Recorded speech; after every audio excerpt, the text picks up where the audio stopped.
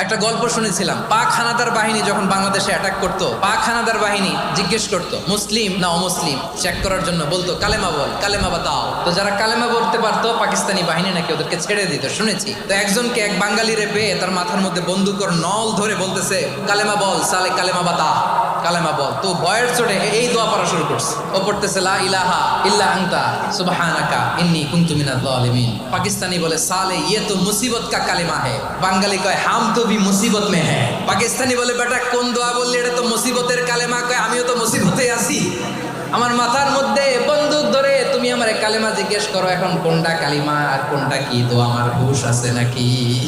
লা ইলাহা ইল্লা আনতা সুবহানাকা ইন্নী কুনতু মিনাজ জালিমিন। বিষ্ণুই বললেন দেয়ালে পিঠ থেকে গেলে, চোখে মুখে অন্ধকার, বাঁচার কোনো উপায় নাই, তখন এই দোয়াটা পড়তে হবে। এই দোয়া পড়ে আল্লাহর কাছে ফরিয়াদ করলে বিপদ মুক্ত করবেন কে?